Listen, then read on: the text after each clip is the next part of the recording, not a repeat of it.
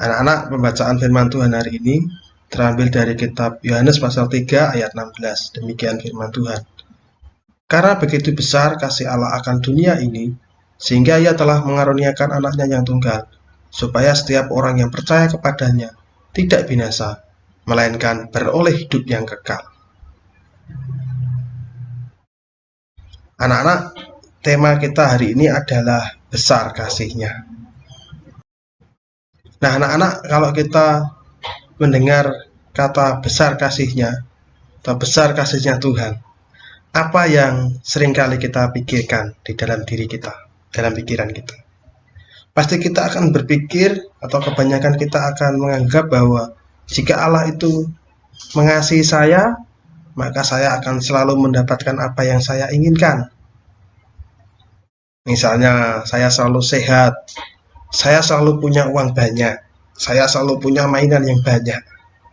Itu, apakah itu anak-anak bahwa bukti bahwa Allah itu mengasihi kita, bukti bahwa besar kasih-Nya, apakah seperti itu anak-anak?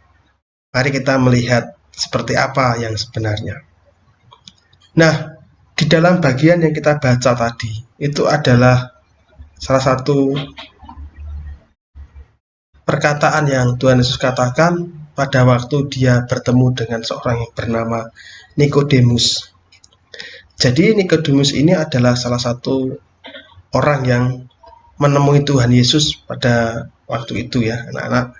Dan dia berkata kepada Tuhan, Rabi, kami tahu bahwa Engkau adalah guru yang diutus oleh Allah. Kenapa dia bisa berkata seperti itu? Karena Nikodemus tahu bahwa Tuhan bisa melakukan segala hal-hal yang di luar manusia biasa. Jalan di atas air, menyembuhkan orang sakit, dan sebagainya.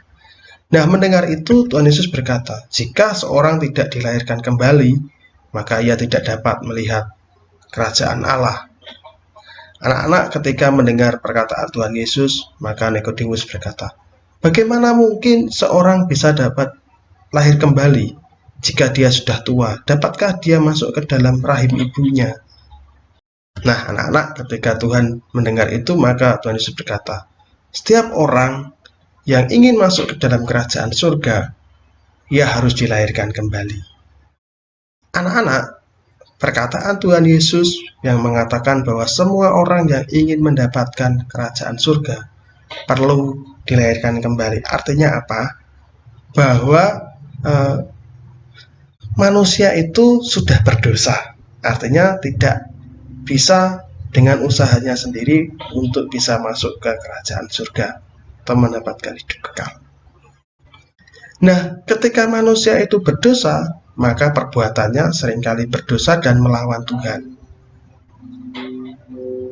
Berkelahi, mengejek, melawan orang tua, dan sebagainya. Ini adalah perbuatan-perbuatan yang membuat kita terpisah dengan Tuhan. Nah, apa yang dimaksud oleh Tuhan Yesus harus dilahirkan kembali? Lahir kembali itu berarti bersedia menjadi anak-anak Allah, bersedia percaya kepada Yesus sebagai jalan keselamatan. Yesus yang menebus dosa manusia dan dengan kematiannya itu telah membuat manusia yang berdosa diselamatkan. Itulah yang dimaksud dengan lahir kembali. Jadi harus bersedia percaya kepada Tuhan Yesus. Nah, anak-anak, dengan kita bersedia percaya kepada Tuhan Yesus, maka kita dapat dikatakan lahir baru. Itu yang dikatakan firman Tuhan juga di dalam kitab 2 Korintus 5 ayat 17. Jadi siapa yang ada di dalam Kristus, ia adalah ciptaan baru. Jadi lahir baru itu bukan dilahirkan kembali masuk dalam perut orang tua kita, bukan. Tapi lahir kembali yang dimaksudkan oleh Tuhan Yesus itu adalah kita mau percaya dan kita mau menjadi anak-anak Tuhan. Itulah yang dinamakan lahir baru. Anak-anak, dari percakapan Nikodemus dan Tuhan Yesus itu, kita bisa melihat bahwa seorang yang ingin mendapatkan kerajaan surga, dia perlu lahir baru. Dan dia juga perlu percaya bahwa Yesus adalah yang diutus Allah untuk menebus dan menyelamatkan manusia yang berdosa.